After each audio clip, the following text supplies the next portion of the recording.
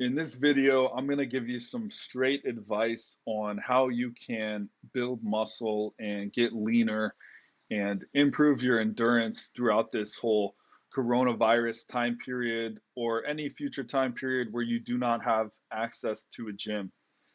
And I have been bodybuilding for about 9, maybe 10 years at this point, started around when I was 16. And one of the quickest transformations I ever achieved with my physique was a period of about 3 months when I was training with 25-pound dumbbells, and that's all I had access to. This was in between a move when I moved from Dallas to San Diego, and I was in my new apartment. And I was just having trouble finding a gym and feeling lazy. So I used these 25-pound dumbbells and I had a dramatic increase in my physique. And I am busting out that protocol right now because I don't have access to a gym. And funny enough, I'm back in a place where all I have is 25-pound dumbbells. So, what you need to know about muscle is there's a couple components that have to be in place if you want to grow it and maintain it. And if you fuck any of these things up, you have zero chance of holding any muscle that you had. You have zero chance of gaining any muscle. And they're really fucking simple. It's just high protein, about 1 gram per pound of body mass that you've got. Honestly, you can get away with a lot lower depending on your testosterone levels, which is the key component number two. And if you are the type of guy who is skinny or just overweight or feeble or how we say maybe femme or just not as masculine as the other guys that you see around, and you feel like you're just kind of like you're just weaker than the rest of the men around you, you probably have low testosterone. And you can't do shit until you fix that. Like, seriously. And when you do fix it, when you do elevate your testosterone to like normal male levels, um, and you can experiment if you want to with, taking it past normal human levels. But normal levels alone are just going to change your entire existence from just like feeling strong is such an advantage in life, such an advantage in business and relationships, in making money, and just walking around. Just like feeling strong, it literally changes your life. So, first up, if you're trying to train right now and you have suboptimal testosterone levels, you're completely fucked. So, fix that. And there's a couple ways to do it. One is going to be you can take some herbals. I recommend that you start there. So try something like Mike Mahler's Aggressive Strength Testosterone Booster. I think you can get it on Amazon. Try that out first.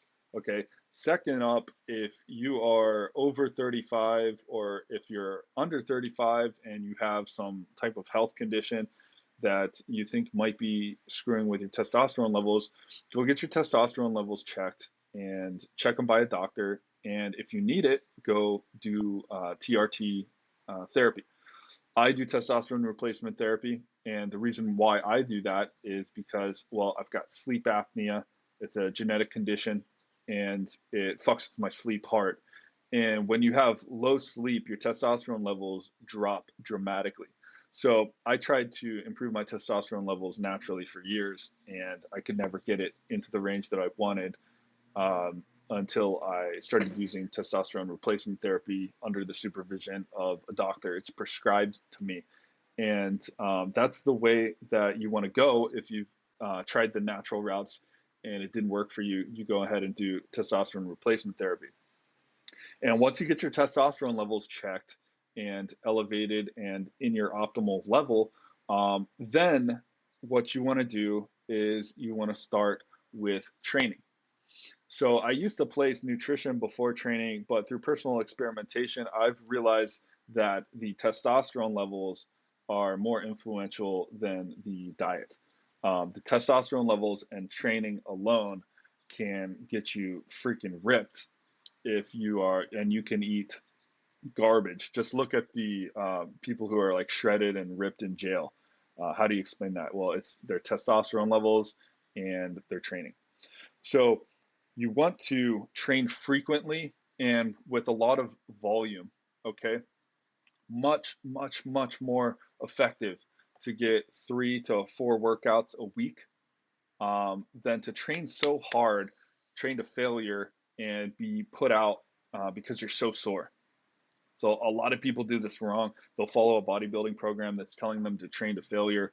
They'll train so freaking hard that they have to wait another week before they hit their biceps again. And you don't want to be in this position. You want to, especially when you don't have access to heavy weights, do not train to failure. You want to be training in a way that you can hit each body part about 3-4 times a week. Okay. So what this looks like is dumbbell workouts. I use 25s. You can use 25s or heavier if you're bigger than me. I weigh about 215 pounds at under 10% body fat at about 6 foot. So that's where I'm at, and I'm using 25-pound dumbbells. Don't go any heavier than that. I don't go any heavier than that. So you be the judge of where you want to go. Next up, you need to get your protein up. Okay. One of the major mistakes, I just had somebody email me on my fitness email list, and they said, "Hey, I'm training really hard, and I get DOMS so bad. That's delayed onset muscle soreness. I get DOMS so bad that I can't train for another 6 days." This is what I was talking about training too hard to failure. But the other component to that can be sometimes you're training and you're not even going to failure, but you get so sore that you're knocked out and you just can't train. The remedy to that is more protein. You need more amino acids. And this is what causes this DOMS experience. There's some other factors involved, but mainly it's because you're not able to repair the muscle fibers after you tear them down. And what helps support the repair of those muscle fibers is going to be amino acids. And if you are consuming enough protein, I view enough protein at 1 gram per pound of body weight, which a lot of health experts will say is excessive. But I'm talking about if you're trying to build muscle, you're going to want all that to support you. You can eat less grams of protein if you're taking things like digestive enzymes. I use something called Masszymes by a company named BioOptimizers, and that allows you to get and absorb more of the amino acids out of the protein that you consume. So, for example, I weigh 200 pounds, over 200 pounds. I do not eat 200 grams of protein. I eat about 150 to 180, and I take digestive enzymes to help me get more amino acids out of there. So if you're like me and you don't like shoveling chicken breast down 6 times a day, you can do things like that. Do a little biohack there, or you can take some branched chain amino acids to give yourself amino acids that are going to help you with that muscle recovery so you can train quicker. Another one that really helps with muscle recovery so you can train more frequently is L-Glutamine. If you have 5 to 10 grams of L-Glutamine after you train, your recovery will go up. Also, it's a good thing to use right now because it boosts your immune system. Some people call it the immune system's protein. So as you are building muscle, you're getting enough protein. You want to get enough calories too if you're trying to be on this building muscle phase. But I recommend that you stay lean. You stay lean while you build muscle. And it can be done, especially if you have the correct testosterone levels. Don't listen to people who tell you that you have to bulk for 6 months and then cut, bulk and cut, bulk and cut. What you want to do is you want to micro bulk and micro cut. Essentially, you eat enough calories to build muscle. And then once you start looking down and you can see that you're gaining a little body fat, you just cut it back a little bit. It doesn't have to be crazy complicated or anything. You don't have to count your macros. You don't have to do anything. All I count is protein. I watch my body fat, and as it climbs, that's when I just reduce what I'm eating. Okay. And typically, all you're going to need from the nutrition perspective is just get about a handful of protein, a handful of carbs, a handful of veggies, and drizzle some fat on it. Here's what I mean. Breakfast, ribeye, eggs, Boom, you're good. I don't eat many carbs for breakfast. Lunch, white rice, two things of salmon, little broccoli or some other green type of veggie, drizzle some olive oil on top of it. Dinner, you can have some grass-fed beef. Um, get a make yourself a gluten-free burger bun, or if you're not gluten sensitive, doesn't matter. And then you just have some type of veggie like sweet potatoes, broccolini, something like that. Okay, and just eat like that. You don't have to count your macros or do any of that bullshit. Just get enough protein. Um, if you're training in that day, throw a protein shake in between those meals, and you're fucking good. The thing that's going to keep you lean is if you do what's called intermittent fasting. And if you intermittent fast, it's going to allow you to have more time throughout the day where you're burning fat. Because every time you eat a meal, what happens is your insulin goes up. And when insulin is high, you physically cannot burn your fat. So the more time you in the day that your insulin is low, the more time, the more hours and minutes you have in the possibility of burning fat.